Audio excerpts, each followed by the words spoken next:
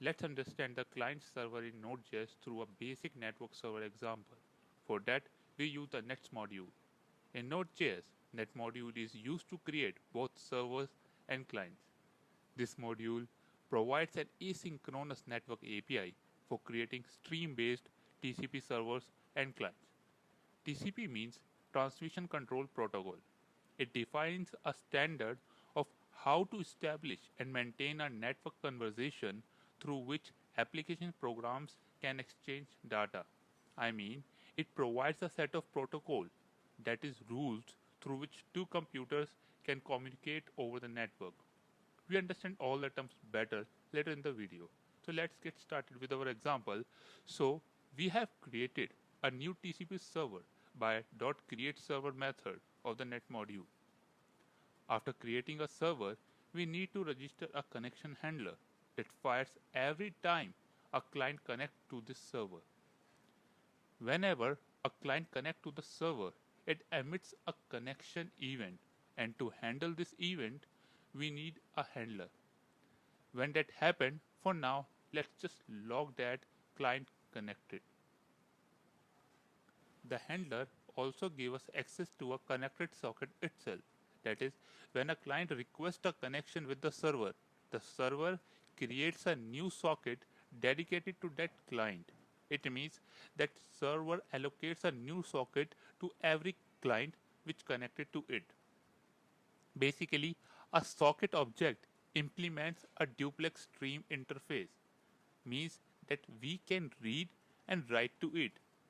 Now, a TCP connection has been established, so the server can send data to the client by writing to its socket. So let's write welcome new client. And to run the server, we need to listen to a port where the client makes a connection request. So we are using the port 8000, and the callback here is just to confirm it that server is running properly. Let's test it. To run the server, just type node net.js in the terminal. And for client, we can either use telnet or netcat. Here I am using netcat. At terminal, as we are getting the server bound message, it means the server is running fine. And when a client connects to this server, we get a message client connected, and at the client side, we got a message welcome new client because of the socket dedicated to it by the server. Now, client can also write to that socket, but as we have not registered any handler to read from the socket, so as the socket being a duplex stream means that it's also act as an event emitter. So we can listen to data event on the socket. That is, when a client writes to a socket, a data event is emitted and we can read that data by registering a handler for it. So as of now, the data has been lost as there is no listener when socket emits a data event. The handler for this event gives us access to a buffer object. Let's console log it.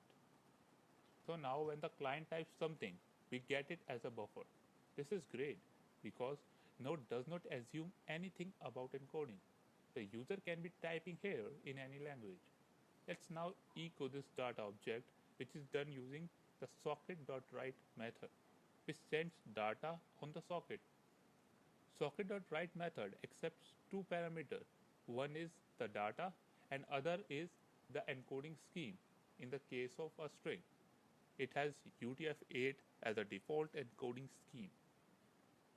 Like here, if we notice that the data which are writing back is actually a string, this is because the write method on the socket assumes a UTF encoding here. We can also globally set the encoding if we need to. So the global encoding is now UTF-8.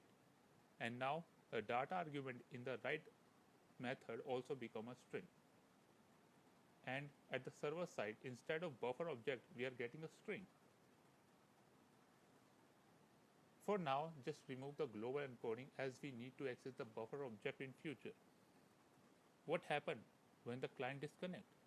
The socket emitter has an on-end event that gets triggered when the client is connected. At that point, we can't write to the socket anymore. Let's console log that client is disconnected. As of now, everything is working fine, and when the client disconnects, we get a message client is disconnected at the server side. So in this lesson, we understand what is TCP, about the net module, socket, and basic client server connection. In our next lesson, we work with multiple sockets.